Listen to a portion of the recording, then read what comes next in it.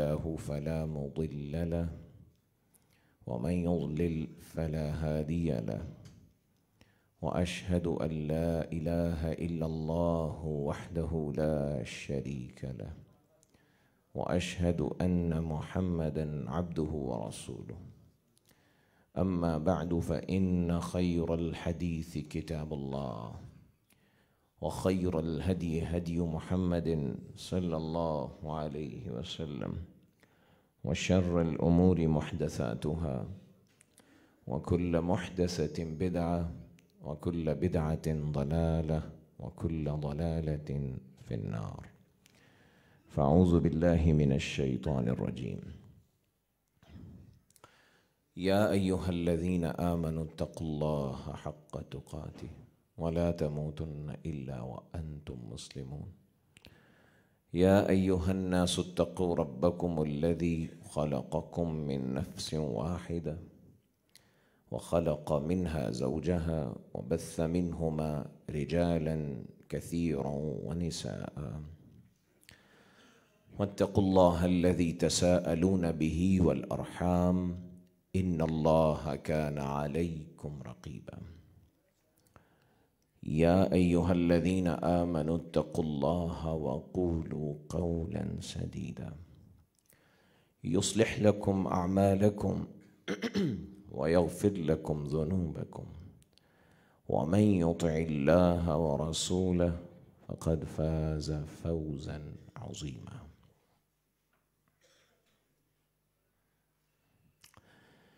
سامعین مکرم، حضرات ذی وقار،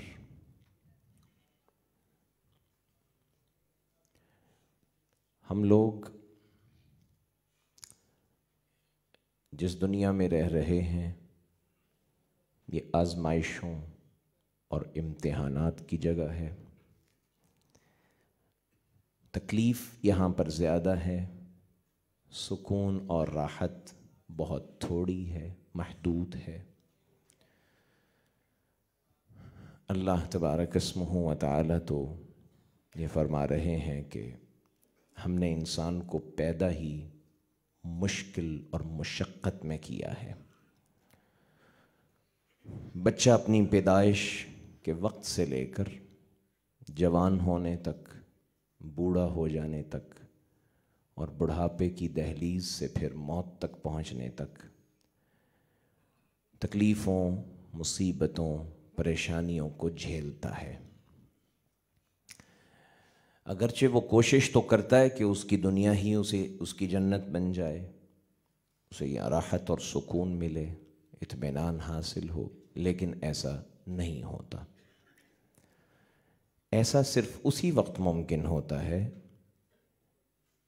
جب ہم اس چیز کو اختیار کر لیں جس میں اللہ نے حقیقی راحت اور سکون رکھا ہوا ہے. ہمیں نہیں معلوم کہ لوگ اس خیر کثیر کو چھوڑ کے، اللہ کے خزانے کو چھوڑ کر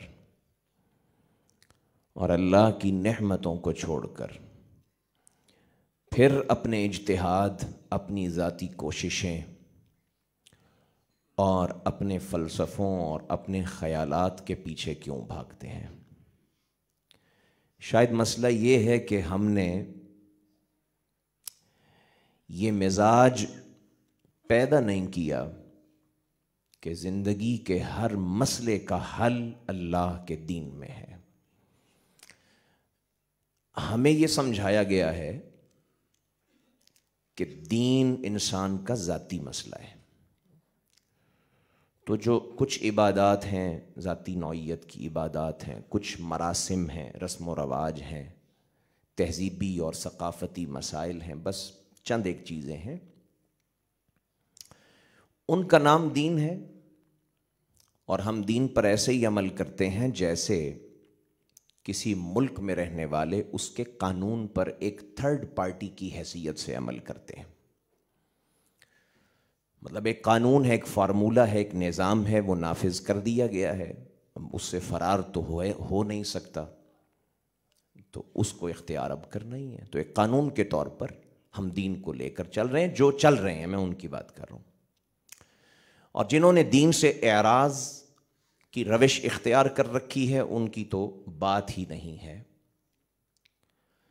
جو دین کے ساتھ وابستہ ہیں انہیں آج ریوائز کرنا ہے، نظر ثانی کرنی ہے دین کے ساتھ اپنی نسبت اور دین کے ساتھ اپنے تعلق پر۔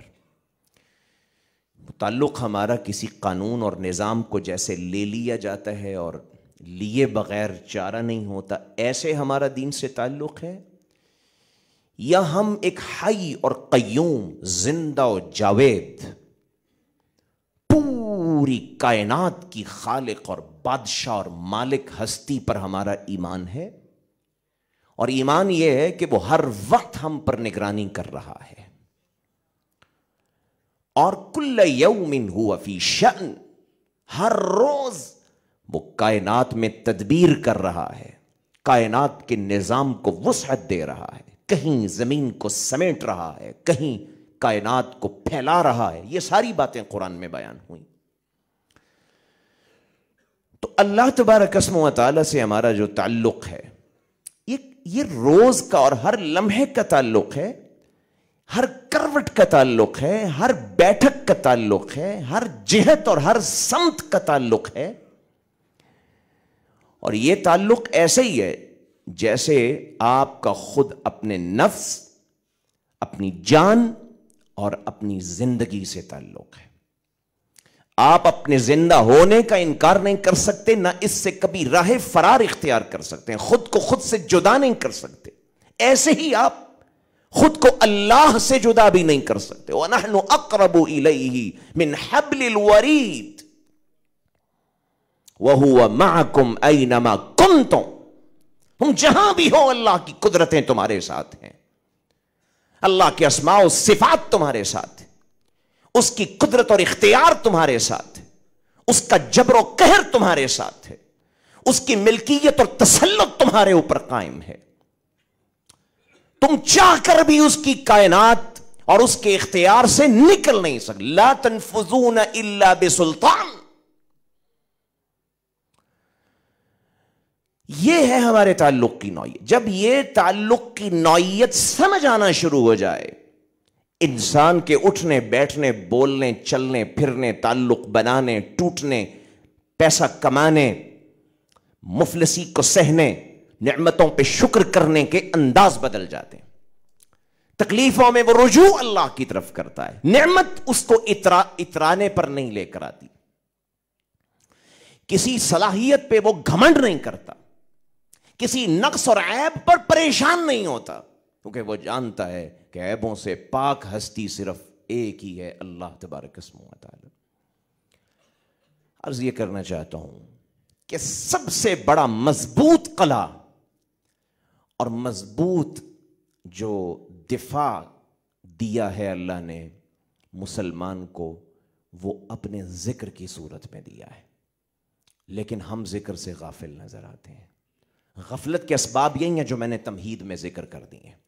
اللہ کے ساتھ ایک زندہ تعلق نہ ہو، بیدار تعلق نہ ہو، شعوری تعلق نہ ہو، یا اللہ کے بارے میں کوئی کنفیوژنز ہوں، مسکنسپشنز ہوں کہ وہ اللہ ایسے ہی جیسے معاذ اللہ، یہ مثال صرف سمجھانے کے لیے کہ اللہ ایک بادشاہ کی طرح ہے جو اپنے ایوان میں کہیں بیٹھا ہوا ہے اور اپنی رعایا پر اس نے قانون جاری کر دیا، اس کو بس قانون اس نے دے دیا، اب اس کو کوئی پرواہ نہیں، ٹھیک ہے وہ پھر آخر میں فیصلہ کر لے گا، جو چلا ہے اس قانون کے اوپر اسے انعام دے دے گا، جو نہیں چلا اس کو سزا دے دے گا۔ یہ نہیں ہے نوعیت اللہ کی۔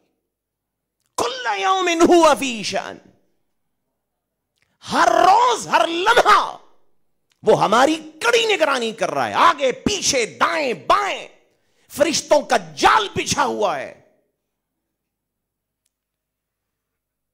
اللہ اکبر۔ سورہ سجدہ میں اللہ تبارک و تعالیٰ کیا فرما رہے ہیں؟ قُلْ يَتَوَفَّاكُمْ مَلَكُ الْمَوْتِ الَّذِي وُكِّلَ بِكُمْ، کچھ فرشتے تو تمہارے ساتھ چپکا دیے گئے ہیں، کرامن کاتبین ہیں، خیال تمہارے ذہن کی تختی پہ ابھرتا ہے، اس کو اپنے پاس اوراق پہ نوٹ کرتے چلے جاتے ہیں۔ اللہ تبارک و تعالی سے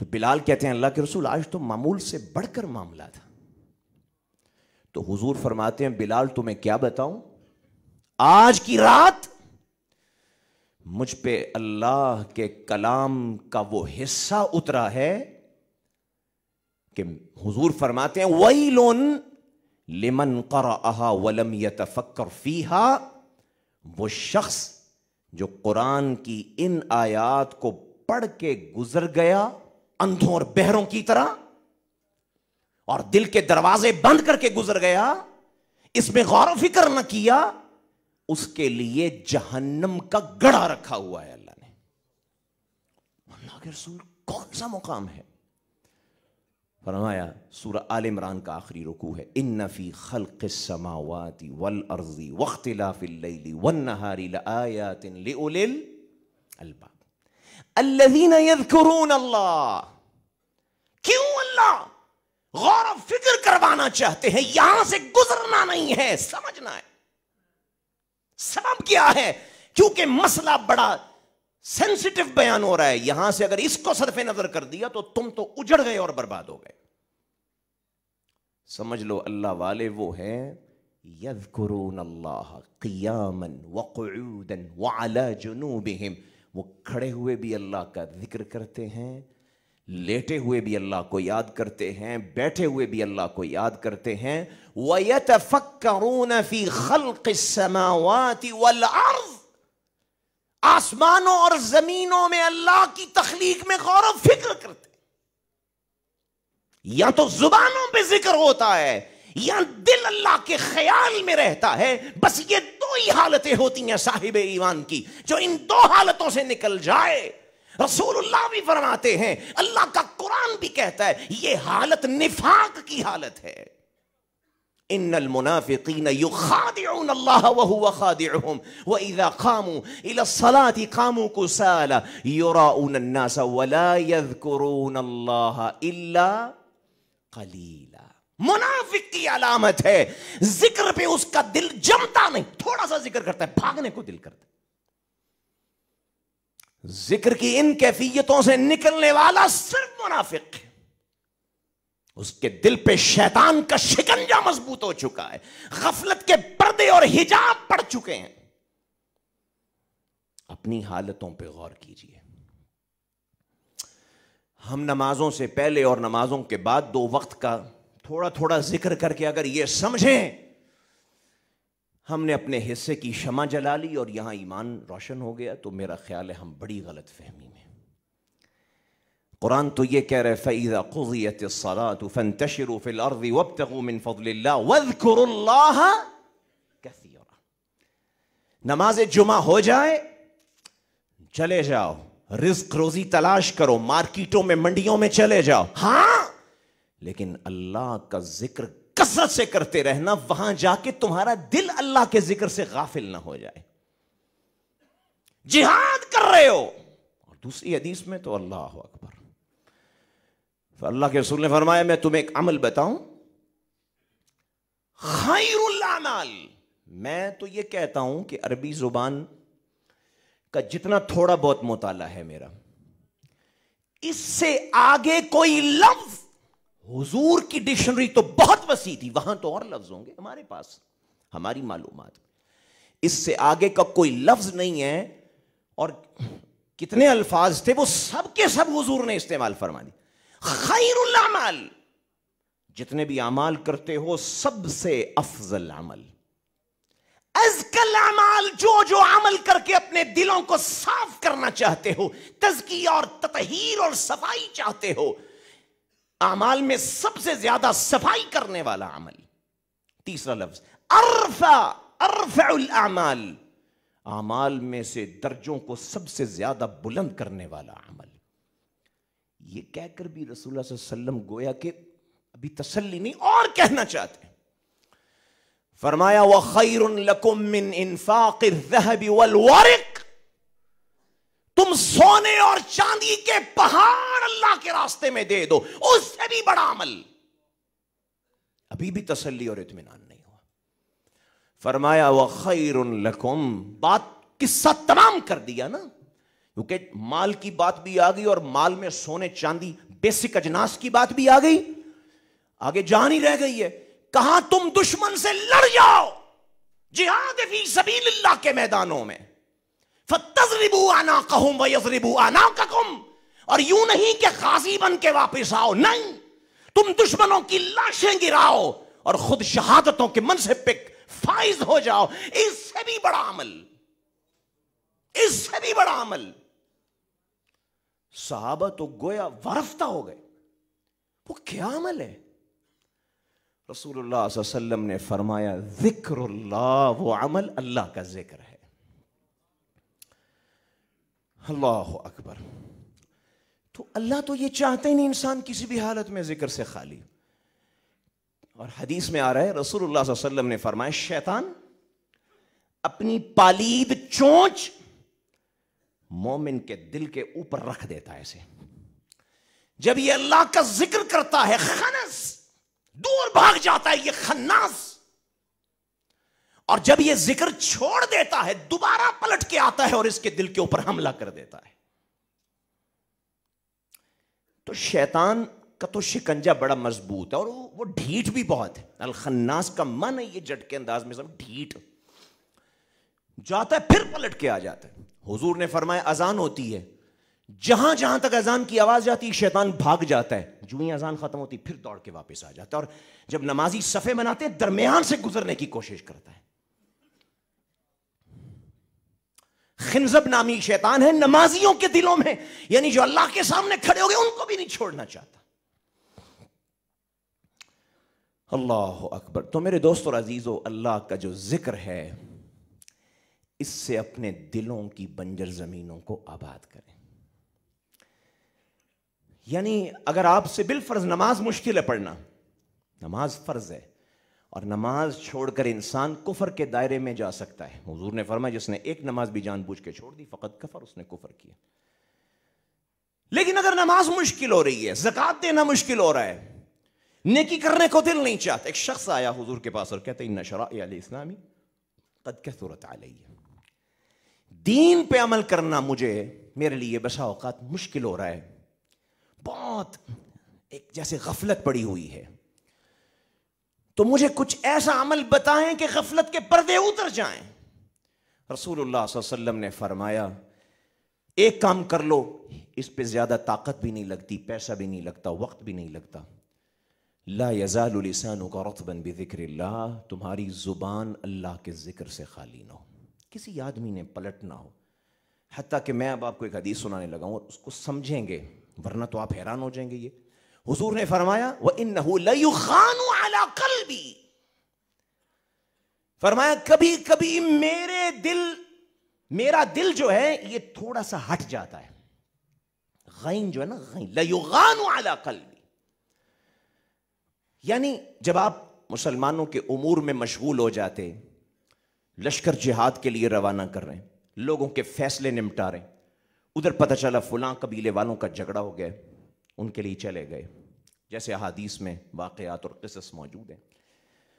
تو جب آپ لوگوں کے کاموں میں لگ جاتے، تنظیم میں اور تحریک میں لگ جاتے، حالانکہ اللہ ہی کے کام پہ لگے ہوتے تھے اور اللہ کے حکم پہ ہی لگے ہوتے تھے اور وہ شریعت میں مطلوب ہوتا تھا، وہ آپ کا فرض منصبی ہوتا تھا، اس کے باوجود اللہ کے رسول فرماتے ہیں یہ جو میرا تھوڑی دیر کے لیے کچھ اور کاموں میں مشغول ہو جانا ہے، یہ میرے دل کو اللہ کی جہت سے ذرا ہٹانے لگتا ہے.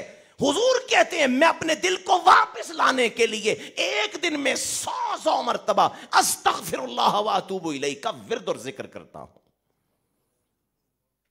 میری اور آپ کی کیفیت کیا ہے؟ ہمارے دل تو آلودہ ہیں، ہمارے دلوں پہ تو سیاہیاں چڑھی ہوئی ہیں. رسول اللہ صلی اللہ علیہ وسلم کا دل تو مطہر قلب تھا، اپنے کلام مبارک کے لیے اس دل کو اللہ نے چنا. تو حضور علیہ الصلوۃ والسلام فرماتے ہیں کہ مجھے بھی وہاں محبت بحال کرنے کے لیے 100 مرتبہ استغفار کرنا پڑتا ہے. ہم نے کتنی مرتبہ استغفار کیا؟ حضور کے نامہ اعمال میں تو گناہ بھی نہیں، ہمارے اعمال میں نیکی کون سی ہے ڈھونڈنی پڑے گی. گناہوں کی تو اتنی کثرت ہے. ہمارے تو خیال کے گناہ بہت ہیں، ہمارے تو گمان کے گناہ بہت ہیں، لوگوں کے بارے میں بدگمانیاں سینوں میں چھپی ہوئی ہیں، سینوں میں گرج چھپے ہوئے، انتقام کی آگ لگی ہوئی ہے، اور ہرس اور خواہش کی لالچ میں حرام اور حلال کی تمیز ختم ہوئی ہے، جھوٹ اور سچ زبان فرق کیے بغیر بولتی جاتی ہے، زبان سے گالی نکلے یا اچھی بات نکلے برابر لگتا ہے، کوئی ملامت اور شرمندگی ہمیں نہیں، ہمارے دل تو آلودہ اور سیاہ ہیں۔ میرے دوستو، یہ سیاہی ذکر اللہ کے سوا نہیں اترے گی۔ اللہ اکبر۔ تو اللہ کے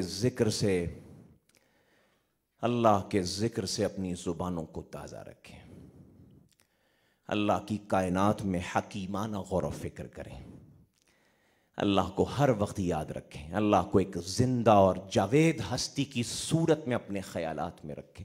یہ وہ شے ہے ہر مرد سے اور ہر عورت سے مطلوب ہے۔ ہمارے ہاں تو عجیب بات ہو، خامند نے بیوی کے خیالات کو اپنی طرف موڑا ہوا ہے، بیوی نے خامند کے خیالات کو اپنی طرف موڑا ہوا ہے۔ ناراض نہیں ہونا، بہت سے گھروں کا قصہ ہمیں معلوم پڑتا ہے، لوگ اپنے معاملہ ڈسکس کرتے ہیں تو خامند کا آگے پیچھے ہو جانا، عورتیں تو مرنے والی ہو جاتی ہیں۔ اللہ تبارک اسمہ و تعالی کی یاد جب دلوں میں نہیں ہوتی، میرے دوستو، تکلیفیں پہاڑ بن جاتی ہیں، اور جب اللہ کے ذکر اور اللہ کی طرف انسان مشغول ہوا ہو، اس کے لیے دنیا کی کوئی آفت نہیں رہتی، کوئی تکلیف نہیں رہتی۔ کچھ اذکار بہت خاص ہیں، ان کا میں ذکر کرتا ہوں۔ ویسے تو عمومی طور پہ یہ سمجھ لیں کہ صبح اور شام کے اذکار چھوڑ دینے کا کوئی جواز نہیں ہے، اور جو یہ ذکر کرتے ہیں، جنہیں اس ذکر کی حلاوت اور ذائقہ اور نتیجہ معلوم ہے، ان سے پوچھیں کہ اگر ان کا کبھی ایک وقت کا بھی ذکر رہ جائے، سارا دن کس تکلیف سے گزرتا ہے، اور جب ذکر ہو جائے تو کیسی خوشیاں اور راحتیں مل جاتی ہیں۔ تو ویسے تو صبح اور شام کے اذکار، اور یہ حصن المسلم کتاب ہے، اس کے اندر وہ اذکار تفصیل سے موجود ہیں۔ پھر رات کو سونے کے لیے اگر میں آپ کے سامنے نیند کے اذکار بیان کروں تو مجھے بیان کرنے میں بھی 10 منٹ لگیں گے، بتانے میں کہ یہ والا ذکر۔ اب سوچیں کہ رسول کائنات صلی اللہ علیہ وسلم بستر پہ جا کے کتنی دیر ذکر کرتے تھے، معلوم، یعنی اگر اندازہ لگائیں ہم وہ سارے اذکار کا، ایسے لگتا ہے جیسے بستر پہ گھنٹہ 1.5 گھنٹہ حضور ذکر میں رہتے تھے، پھر آنکھیں بند ہوتی تھی، کیونکہ بند تو صرف آنکھیں ہی ہوتی تھیں، دل کی آنکھ تو کھلی رہتی تھی۔ ہماری غفلت کی نیندیں ہیں، جاتے ہیں بستر پہ تھڑاب، بس پہنچ گئے، ہمیں کہاں اللہ تبارک و تعالیٰ کی یاد آتی۔ تو کچھ تو اذکار جیسے صبح اور شام کے اذکار ہیں، بستر پہ جانے کے اذکار ہیں، مسجد میں آنے اور باہر اور باقی چیزوں کے، وہ تو ہیں ہی ہیں۔ چند اذکار ایسے ہیں اگر ہم ان پہ غور کریں تو وہ ہماری دل کی دنیا بدلنے کے لیے کافی۔ اس میں سب سے پہلے جن کا ذکر ہمیں کرنا چاہیے وہ 4 تسبیحات ہیں: سبحان اللہ، الحمدللہ، لا الہ الا اللہ، اللہ اکبر۔ سبحان اللہ، الحمدللہ، لا الہ الا اللہ، اللہ۔ یعنی اتنی فضیلتیں بیان ہوئی ہیں مختصر وقت میں، وہ سب جمع نہیں ہو سکتی، چند ایک۔ یعنی ایک حدیث میں آ رہا ہے، رسول اللہ صلی اللہ علیہ وسلم نے فرمایا، احب الکلام الی اللہ، اللہ کو سب سے زیادہ جو انسان کتنی باتیں بولتا ہے، تو جو سب سے زیادہ انسان کی بات اللہ کو پسند ہے وہ یہ 4 کلمات ہیں۔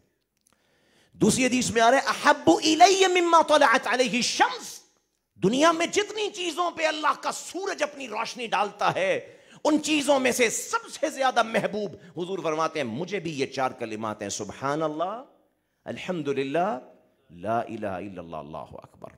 اور ایک موقع پر رسول اللہ صلی اللہ علیہ وسلم نے صحابہ کو کہا، خذوا جنتکم، جیسے میں بھی آپ کو کہوں اپنی بندوقیں نکال کر لاؤ، یا اپنے قلعوں میں داخل ہو جاؤ، اپنی بیرکوں میں چلے جاؤ، تو صحابہ کو کہا خذوا جنتکم، اپنی ڈھالیں لے آؤ۔ اور ڈھال تو واریر کو چاہیے ہوتی، لڑائی اور جنگ میں کام آتی۔ صحابہ نے کہا، اللہ کے دشمن نے حملہ کر دیا۔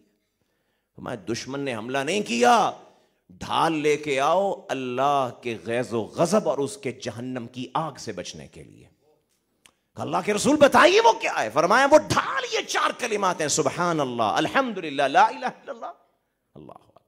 فرمایا جنت کی زمین ایسی ہے جس کا بہت سا حصہ قیان، صاف زمین ہے، غراسها، جب تم سبحان اللہ کہتے ہو، الحمدللہ، لا الہ الا اللہ، اللہ اکبر کہتے ہو، جنت کی ان زمینوں پہ اللہ سرسبز باغات تمہارے لیے بناتے ہیں.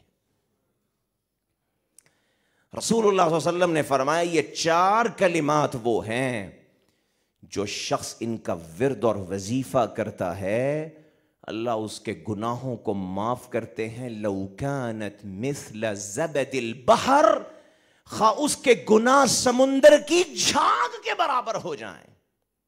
سمندر کی جھاگ دیکھی، بہت بڑی، سمندر کے اندر بسا اوقات سمندر کی جھاگ کے پہاڑ بن جاتے ہیں، بڑے بڑے پہاڑ، یوں لگے گا جیسے یہ آئس برگ ہے، برفانی تودا ہے، یہ تو یہاں سارا سمندر ہی غائب ہو گیا، بڑا پہاڑ بن جاتا ہے وہ، لیکن جھاگ ہوتی ہے. قرآن مجید میں اللہ تبارک و تعالیٰ نے سمندر کی جھاگ کو ایک اور جگہ پہ حق اور باطل سمجھانے کے لیے بھی دلیل بنا. انزل من السماء ماء فسالت اودیۃ بقدرها فاحتمل السیل زبدا رابیا. اللہ کہتے ہیں حق اور باطل کو سمجھنا یوں ہی سمجھو، باطل ویسے بہت بڑا نظر آتا ہے، پھولا ہوا نظر آتا ہے، غالب نظر آتا ہے، لیکن اس کا وزن کوئی نہیں ہوتا، قیمت کوئی نہیں ہوتی، پائیداری کوئی نہیں ہوتی، زیادہ دیر رہنے والا نہیں ہوتا. پانی کی موجیں آتی ہیں، جھاگ کو اڑا کے باہر پھینک دیتی ہیں، وہ غبارے سے ختم ہو جاتے ہیں، پانی باقی رہ جاتا ہے. اسی طرح باطل بھی وقت کے ساتھ ساتھ ختم ہو جاتا ہے، جو حق ہے وہ سالڈ اور مضبوط باقی رہ جاتا ہے. تو گناہ کی مثال بھی سمندر کی جھاگ سے دی، اس لیے کہ گناہ بہت زیادہ ہوتے ہیں، سمندر کی جھاگ بھی بہت زیادہ ہوتی ہے. اور جس طرح سمندر کی جھاگ بے وزن ہے، بیکار اور بے فائدہ ہے، یوں ہی گناہ کبھی کوئی فائدہ نہیں ہے، وہ ایک بیکار شے ہے. جس طرح سمندر کی جھاگ جلدی ختم ہو جائے گی، گناہ کے اندر بھی کوئی دوام نہیں ہوتا. یہ آپ کو کوئی لمبی راحت اور سکون نہیں دیتا. گناہ کریں گے تو 6 دن جو ہے سکون سے رہیں گے، نہیں نہیں، لمحہ بھر سکون کا ہوگا، پھر ساری زندگی احساس ملامت میں گزرے گی. تڑپتے رہیں گے، مضطرب رہیں گے، کاش میں یہ گناہ نہ کرتا. یہ تو خیر مومن کی علامت ہے. حضور صلی اللہ علیہ وسلم نے فرمایا جو شخص یہ 4 سبحان اللہ، الحمدللہ، لا الہ الا اللہ اکبر. حضور جا رہے تھے، ایک درخت کو دیکھتے ہیں جس کے پتے خشک ہو چکے ہیں، اپنے عصا سے اس کی شاخوں پہ ضرب لگائی، خشک پتے ٹوٹ کے بہت زیادہ گرنے لگے. فرمایا جو آدمی یہ 4 کلمات پڑھتا ہے، اس کا ذکر اور وظیفہ کرتا ہے، تساقط کما تساقط ورق هذه الشجرہ، اس کے گناہ بھی ایسے ہی گرتے ہیں جیسے اس درخت کے پتے گر رہے ہیں. اور ایک دوسری حدیث میں اللہ کے رسول نے فرمایا صلی اللہ علیہ وسلم، ان اللہ اصطفى من الکلام 4، جس طرح اللہ نے فرشتوں میں سے جبریل کا انتخاب کیا ہے، جس طرح انسانوں میں سے نبیوں میں سے محمد الرسول اللہ صلی اللہ علیہ وسلم کا انتخاب کیا، ایسے ہی ساری گفتگوؤں، سارے کلاموں، ساری زبانوں میں سے اللہ نے 4 لفظوں کا انتخاب کیا ہے، سبحان اللہ، الحمدللہ، لا الہ الا اللہ، اللہ اکبر، ینعطفن حول العرش. اس سے بڑی بات کیا ہوگی؟ اللہ کے رسول نے فرمایا یہ 4 کلمات جو شخص پڑھتا ہے وہ اپنی عزتوں کو داد دے دے، جو کام وہ نہیں کر سکتا وہ ہو جاتا ہے. یہ 4 کلمات یہ 7 آسمانوں کو طے کرتے ہوئے، اللہ کی کرسی سے کراس کرتے ہوئے اللہ کے عرش تک پہنچ جاتے ہیں، پھر عرش کا طواف کرنے لگتے ہیں. اور ان کلمات میں سے اس شخص کا نام ذکر کیا جاتا ہے جو ان کلمات کو زمین پر بیٹھا ہوا ورد کر رہا ہوتا ہے. میرے دوستو اور عزیزوں، یہ 4 کلمات بہترین صدقہ ہیں. فقراء مساکین آئے، اللہ کے رسول جن کے پاس مال ہے، نماز بھی پڑھتے ہیں، روزے بھی رکھتے ہیں، پھر مال ہوتا ہے صدقہ کرتے ہیں. حضور نے فرمایا میں تمہیں بہترین صدقہ بتا، سبحان اللہ کہو یہ صدقہ ہے، الحمدللہ کہو یہ صدقہ ہے، لا الہ الا اللہ، اللہ اکبر. سب سے پہلے تو اپنی زبانوں پہ سبحان اللہ، الحمدللہ. اور ایک حدیث میں آ رہا ہے ما اثقلہن فی المیزان، اللہ کے ترازو میں بہت زیادہ وزن رکھنے والے ہیں یہ کلمات. سبحان اللہ، الحمدللہ، لا الہ الا اللہ. اللہ. دوسرا ایک کلمہ ہے سبحان اللہ و بحمدہ. پڑھ لیں سبحان اللہ و بحمدہ. ہاں، حمدہ ہی نہیں کہنا، حمدہ ہی نہیں، ہاں جتنا نکل آئے کوشش سے نیت اور ارادہ ہونا چاہیے. اللہ نیتوں ارادوں کو دیکھتے ہیں.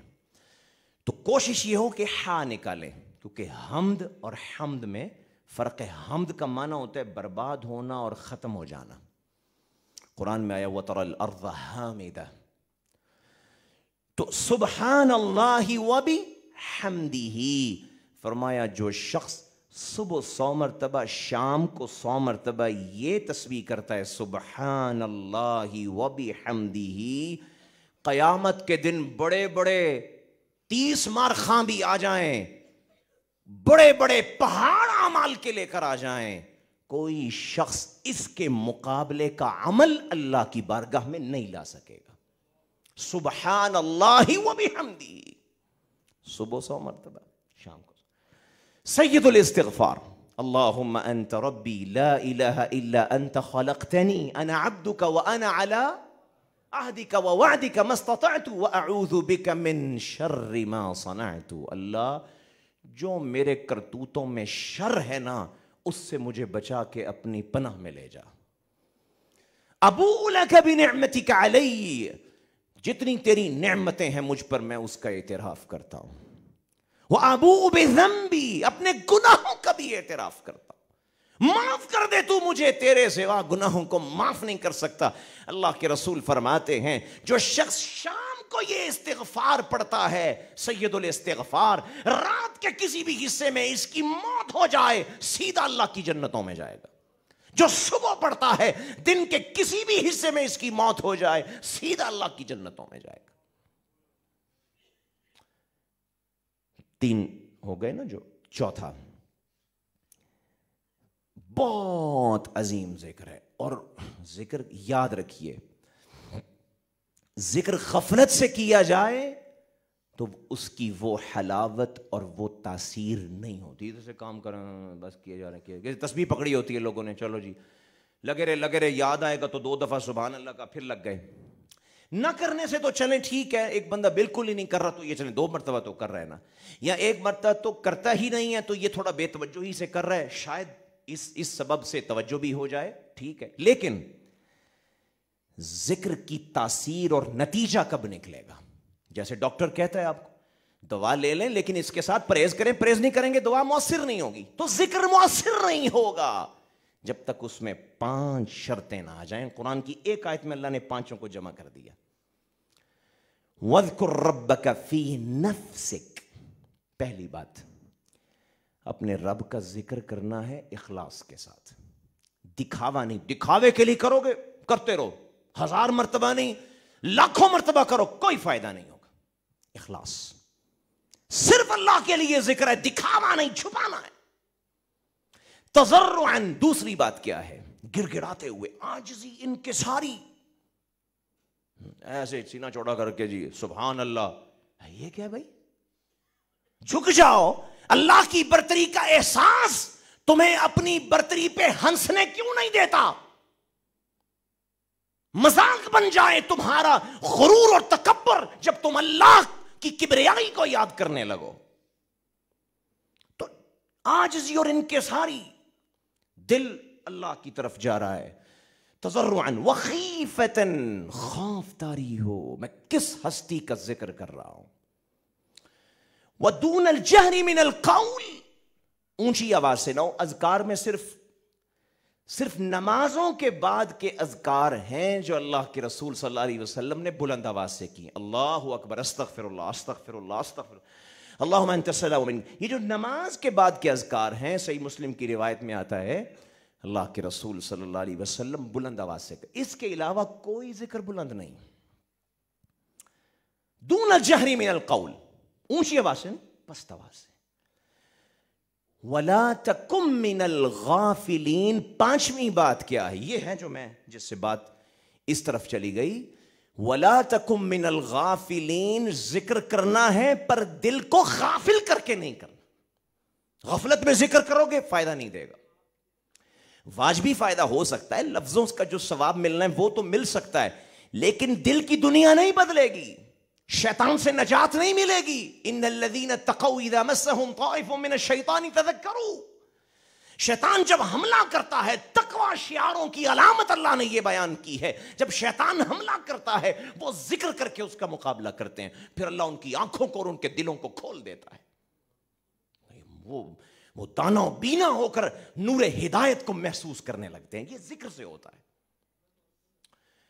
سو غفلت میں اللہ کا ذکر نہیں، یاد سے کرنا ہے۔ تو میں عرض کر رہا ہوں ایک ذکر ہے، اس کو ذرا ڈوب کے سمجھ۔ رسول اللہ صلی اللہ علیہ وسلم کی اہلیہ صبح مصلی پر بیٹھی ہوئی تھی نماز فجر کے بعد، اور ذکر کر رہی تھیں اور خوب سورج اوپر چڑھ گیا۔ جب صبح تھی تو اللہ کے رسول صلی اللہ علیہ وسلم گزرے، دیکھا کہ ذکر میں ہے۔ تو جب بہت دیر بعد واپس آئے، سورج کی روشنی بہت بلند ہو چکی تھی، تو اس وقت تک وہ ابھی مصلی پہ بیٹھی ہوئی ذکر ہی کر رہی تھی۔ رسول اللہ صلی اللہ علیہ وسلم نے کہا اتنا لمبا ذکر؟ اللہ کہتی ہیں، فرمایا میں تمہیں کچھ ایسے لفظ بتاتا ہوں جو گنتی میں 4 ہیں۔ کتنے ہیں؟ 4 ہیں، لیکن صبح سے لے کر ابھی تک تم نے جتنا ذکر کیا ہے وہ سارا ترازو میں ایک طرف رکھا جائے، میں نے جو 4 لفظوں کا ذکر کیا ہے دوسری طرف رکھا جائے، تمہارا ذکر ہلکا پڑ جائے گا، میرا ذکر غالب آ جائے گا۔ کون سا ذکر ہے؟ فرمایا سبحان اللہ و بحمدہ عدد ورضا نفسہ وزنۃ ومداد۔ 4 لفظ ہیں، ان 4 لفظوں میں دیکھیں کہ ہے کیا؟ سبحان اللہ و بحمدہ عدد خلقہ، اللہ اکبر۔ غفلت سے نکل کے سوچیں آپ کیا کہہ رہے ہیں؟ عدد خلقہ، اللہ تیری ساری مخلوق کے برابر تیری پاکیزگی اور تیری حمد اور تیری عیبوں سے پاک ہونا بیان کر رہا ہوں۔ اللہ کی مخلوق کتنی ہے؟ جانتے ہیں کتنی ہے جی اللہ کی مخلوق؟ جو گزر گئی وہ تو پتہ نہیں، ہزاروں سال گزر گئے پتہ نہیں، آنے والی ہے پتہ نہیں، موجودہ میں سے جو اس زمین کے اوپر ہے وہ بھی پتہ نہیں، جو اس زمین پر ہے اس میں سے 70% تو پانی میں ہے وہ بھی پتہ نہیں، 30% خشکی پر ہے وہ بھی ساری پتہ نہیں۔ میں کہتا ہوں ساری مخلوقات کو چھوڑو، ایک انسان کو لے لیں۔ میڈیکل سائنسز یہ کہہ رہی ہیں ایک انسانی جسم میں 100 ٹریلین 100 کھرب بیکٹیریاز جیتے ہوئے جاندار ایک انسانی جسم میں اللہ نے پیدا کیے ہیں۔ 100 کھرب خلیے زندہ ایک جسم انسانی میں۔ اللہ کی ساری کائنات میں اس کی مخلوقات کتنی ہیں کوئی سوچ سکتا ہے اور جان سکتا ہے؟ وَمَا يَعْلَمُ جُنُودَ رَبِّكَ إِلَّا هُوَ، اللہ کے لشکروں کو تمہارے سوا کوئی، اللہ کے سوا کوئی نہیں جانتا ہے۔ اللہ فرماتے ہیں ہم نے تو پتہ نہیں کیا کچھ پیدا کر دیا۔ کوئی ایسا ہے مَن يَمْشِي عَلَى بَطْنِهِ، اپنے پیٹ کے بل چل رہا ہے، دکھاؤ پاؤں کہاں ہیں پر چل رہا ہے، سانپ چل رہا ہے، مچھلی چل رہی ہے، پاؤں تو نہیں ہے چل رہے ہیں۔ وَمِنْهُمْ مَن يَمْشِي عَلَى رِجْلَيْنِ، پاؤں 2 دیے ہیں، وجود اتنا بڑا چل رہا ہے، انسان چلتا ہے، پرندہ چلتا ہے، 2 پاؤں دیے۔ وَمِنْهُمْ مَن يَمْشِي عَلَى 4، ایسے بھی ہیں جو 4 پہ چلتے ہیں۔ آگے کہاں کہ یہ نہ سمجھنا مکڑی کا بیان نہیں اللہ نے کیا، 4 سے زیادہ ہوتا، کیکڑے کا بیان نہیں کیا، کہا یخلق اللہ ما یشاء، جو مشکل تھا وہ بتا دیا ہے، وہ تو تمہاری عقل میں بھی پڑتا ہے کہ اتنے زیادہ پاؤں ہوں تو چل ہی لیتا ہے، جس کا تو 1 پاؤں بھی نہیں اللہ تو اس کو بھی چلا رہا ہے۔ یخلق اللہ ما یشاء، جو چاہتا ہے وہ پیدا کرتا ہے اور کرتا رہے گا۔ سبحان اللہ و بحمدہ عدد خلقہ، عدد خلقہ کی وسعت سمجھ آئی؟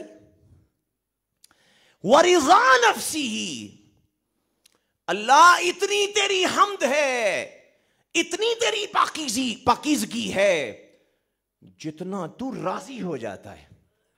اللہ کتنے راضی ہوتے ہیں، لا یحیطون بشیء من علمہ، اللہ کتنے راضی ہوتے ہیں بتایا ہے۔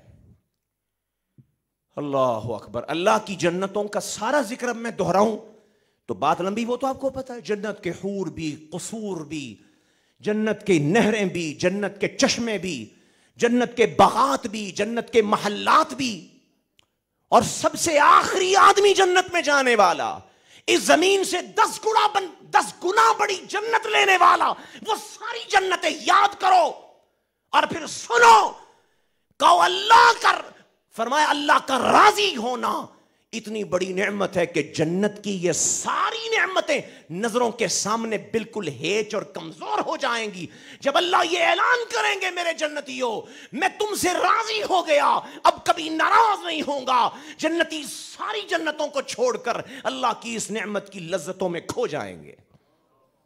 یہ ہے اللہ کی رضا۔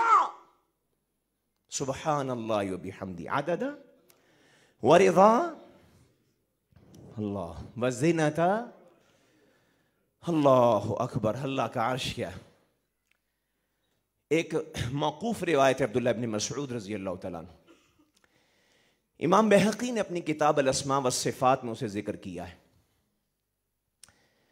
اللہ فرماتے ہیں کہ یہ زمین سے آسمان تک 500 سال کی مسافت ہے۔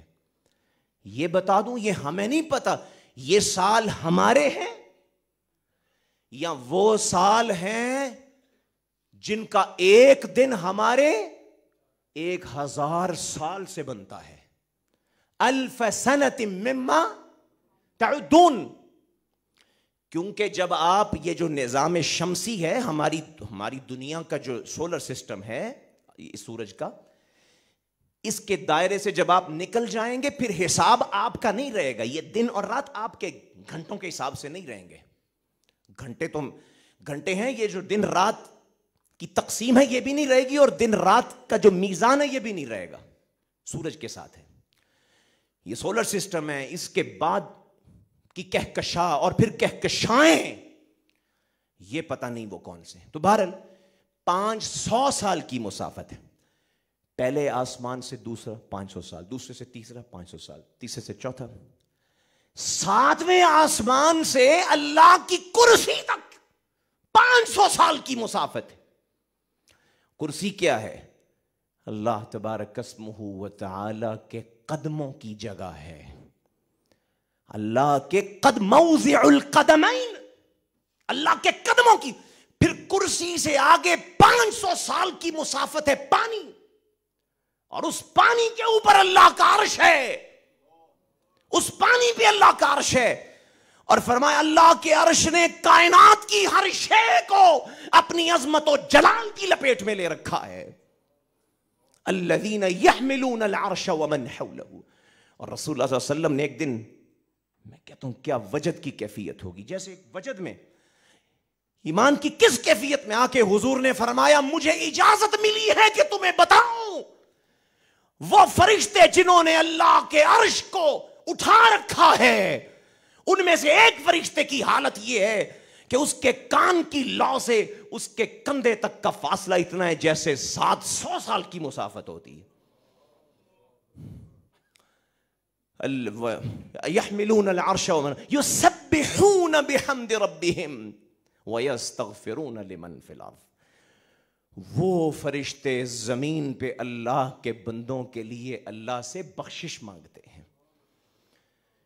یہ اللہ کا عرش ہے۔ وزینت عرشہ، اللہ کے عرش کے وزن کے برابر۔ سبحان اللہ عدد خلقی ورضا نفسی وزینت عرشی ومداد۔ اچھا مداد کیا ہے؟ روشنائی، قلم جس پہ ڈوب کر لکھتا ہے۔ اچھا قرآن کیا کہہ رہا ہے؟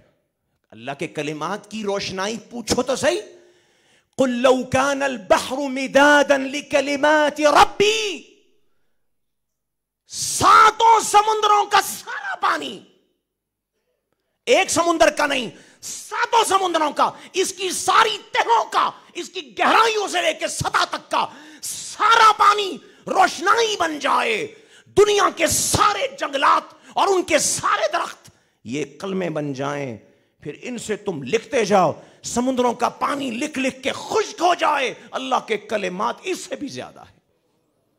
کون سے کلمات کی روشنائی؟ وَمِدَادَ کلماتی۔ اسی لیے یہاں پہ چونکہ تصورات سے آگے تھا تو حضور نے صلی اللہ علیہ وسلم 4 الفاظ استعمال کیے، کہا اس کو میزان میں رکھ دو، یہ سارے اذکار پہ بھاری ہو جائے گا۔ رضیت باللہ ربا وبالاسلام دینا وبمحمد نبیا۔ رسول اللہ صلی اللہ علیہ وسلم نے فرمایا جو شخص یہ کلمات کہتا ہے وجبت لہ الجنہ، پہلی بات اس کے لیے اللہ کی جنت واجب ہو گئی۔ دوسری بات ذاق طعم الایمان، ایمان کی مٹھاس اس کے پاس آئی جس نے اس کو سوچ کے کہا۔ اس کی بھی گہرائی ہے، ابھی وقت نہیں۔ رضیت باللہ ربا کا امام ابن قیم رحمہ اللہ نے اس کی بڑی گہرائی بیان کی مدارج السالکین میں، تو فرمایا جنت اس کے لیے واجب۔ ذاق طعم الایمان، ایمان کا ذائقہ چکھ کے نکلے گا۔ اور فرمایا انا الزعیم، میں محمد صلی اللہ علیہ وسلم میں ذمہ داری قبول کر رہا ہوں، جو رضیت باللہ ربا کا ورد کرے گا میں اپنے ہاتھ سے اس کا ہاتھ پکڑ کے اس کو اللہ کی جنت میں لے جاؤں گا۔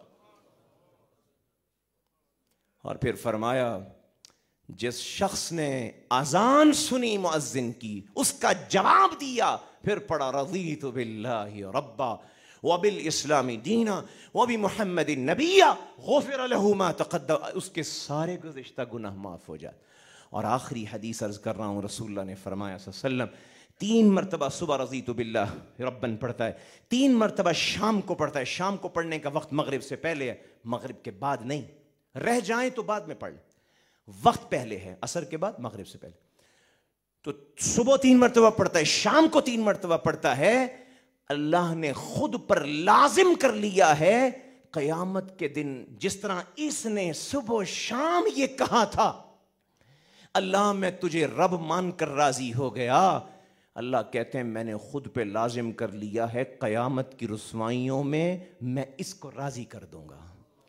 میرے دوستو، اللہ ہمیں اپنی رضا کے پروانے عطا فرمائے، اللہ ہمیں سوچ کے ساتھ، تفکر کے ساتھ، دل کی حضوری کے ساتھ، زبان سے، دل سے، عمل سے ذکر کرنے کی توفیق دے۔ وما توفیقنا الا باللہ۔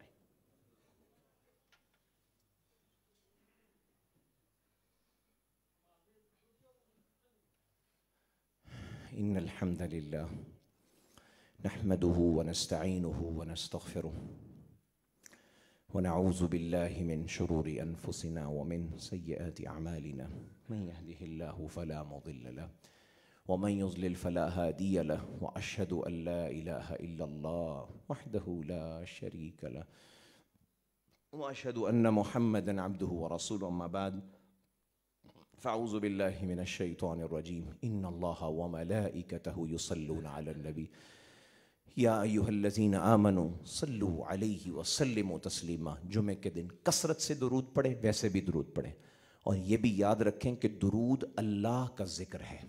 کچھ لوگ سمجھتے ہیں درود جناب رسالت مآب ہمارے آقا مولا رسول گرامی صلی اللہ علیہ وسلم کا ذکر ہے، نہیں، یہ اللہ کے رسول صلی اللہ علیہ وسلم کے لیے تحفہ ہے، دعا ہے، ذکر یہ اللہ کا ہے۔ کہاں سے شروع ہوتا ہے؟ اللہم صلی علی، اللہم صلی علی، یا صلی اللہ علیہ وسلم، یہ اللہ کا ذکر ہے۔ پھر اللہ سے ریکویسٹ ہے اللہ ہمارے محسن ہمارے آقا کے اوپر اپنی رحمتیں نچھاور فرما دے، تو کثرت سے درود پڑھا کرے۔ اللہم صلی علی محمد وعلی آل محمد کما صلیت علی ابراہیم وعلی آل ابراہیم انک حمید مجید، اللہم بارک علی محمد وعلی آل محمد کما بارکت علی ابراہیم وعلی آل ابراہیم انک حمید مجید۔ ربنا آتنا في الدنيا حسنة وفي الآخرة حسنة وقنا عذاب النار اللهم حبب إلينا الإيمان وزينه في قلوبنا اللهم حبب إلينا الإيمان وزينه في قلوبنا اے اللہ ہمارے گناہوں کو معاف فرما دے، اے اللہ ہمارے دلوں کی بنجر زمینوں کو گناہوں سے صاف کر دے، اے اللہ ہمارے دلوں کو علائشوں سے پاک کر دے، اے اللہ ہمارے دلوں کی سیاہیاں اتار دے، اے اللہ ہمیں شیطان مردود کے شر سے بچا لے، اس کے وسوسوں سے بچا لے، اے اللہ اس کی پلاننگ اور اس کے منصوبوں اور اس کے حملوں سے بچا لے، اے اللہ ہمیں دین کے اوپر استقامت عطا فرما، اے اللہ ہمیں فرشتوں کی دعاؤں کا حقدار بنا دے، اے اللہ ہمیں مسجدوں والا بنا دے، اے اللہ ہمیں قرآن سے تعلق رکھنے والا بنا دے، اے اللہ ہم سب کے گناہوں کو معاف فرما لے، اے اللہ ہم سب کی خطاؤں سے درگزر فرما لے، اے اللہ امت مسلمہ کے حال پہ رحم فرما، اے اللہ مسلمانوں کو پوری امت میں غلبہ اور نصرت عطا فرما، اے اللہ مظلوموں کی مدد فرما، کمزوروں کی مدد فرما، اے اللہ کفار کے تسلط سے ہمیں آزاد فرما، اے اللہ ہمارے حکمرانوں کی اصلاح فرما، اے اللہ ان کو خیر کے راستوں پہ لگا، اے اللہ ان کو دین نافذ کرنے کی توفیق عطا فرما، اے اللہ ان کو امن اور عدل اور انصاف قائم کرنے کی توفیق عطا فرما، اے اللہ مشکلات اور مصائب سے ہمیں نجات عطا فرما، اے اللہ برکتوں کے دروازے کھول دے، اے اللہ ہمارے سع میں ہمارے پیمانوں میں برکتیں عطا فرما، اے اللہ خیر و برکت کا نزول فرما، مشکلات سے آزاد فرما، اے اللہ جو بیمار ہیں اے اللہ انہیں صحت کاملہ عاجلہ دائمہ عطا فرما، مکہ اور مدینہ کی حفاظت فرما، اے اللہ یہ ملک پاکستان اسلام کا قلعہ ہے، اے اللہ اس کی حفاظت فرما، شریروں کے شر سے اسے محفوظ فرما، پوری امت مسلمہ کو شر پسندوں سے محفوظ فرما، اے اللہ امن قائم فرما، ایمان قائم فرما، سلامتی عطا فرما، اسلام عطا فرما دے، ربنا تقبل منا انك انت السميع العليم وتب علينا انك انت التواب الرحيم سبحان ربك رب العزة عما يصفون وسلام على المرسلين والحمد لله